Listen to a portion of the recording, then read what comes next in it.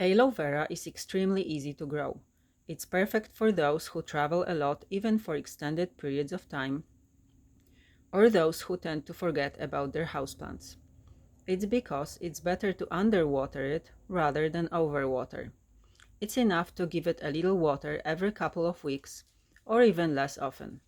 Simply stick to one rule: do not soak the soil, or do not let it sit in water. This young aloe plant survived no watering for almost 2 months as a summer experiment with no visible signs of distress. It's not too picky about the soil either. It'll be fine in poor clay soil as well as potting mix or even sand.